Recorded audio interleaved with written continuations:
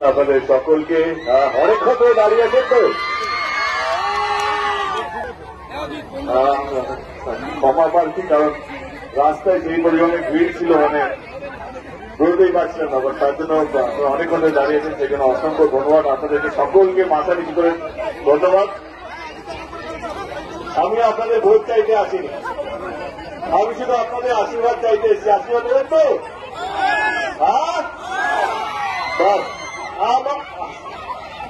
আমার বিশ্বাসকে যার মাথার উপর বহুজনের আশীর্বাদ থাকে তাকে কোনো নির্বাচন নিয়ে ভয় পেতে হয় না, কারণ মানুষ যার সঙ্গে থাকে তাকে কে চিত্র কে আলো সেটা নিয়ে ভয় পেতে হয় না। আমি সঙ্গে এসেছি আপনাদের আশীর্বাদ দিতে সকলের কাছে। আমাদের এখানে 25 তারিখে নির্বাচন।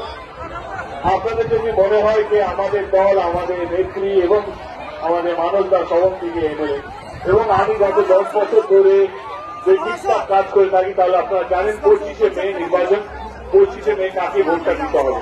আমি জোর করবো না, এটা আপনাদের গণতান্ত্রিক অধিকার, আপনারা যাকে ইচ্ছা ভোট দিতে পারেন, কিন্তু দেওয়ার আগে একবার ভাববেন যে প্রার্থীটা, যে ছেলেটা যাকে ভোট দিচ্ছেন সে সত্যি যোগ্য আছে কিনা। যদি আপনাদের মনে হয় আমি ঠিকঠাক যোগ্য প্রার্থী, তবে আমাকে ভোটটা দেবেন। এতটা ভালোবাসা দেওয়ার জন্য অসংখ্য ধন্যবাদ। আপনারা অনেকক্ষণ ধরে দাঁড়িয়ে আছেন, তার জন্য সবাই আবার দেখা হবে। ভালো থাকেন সবাই।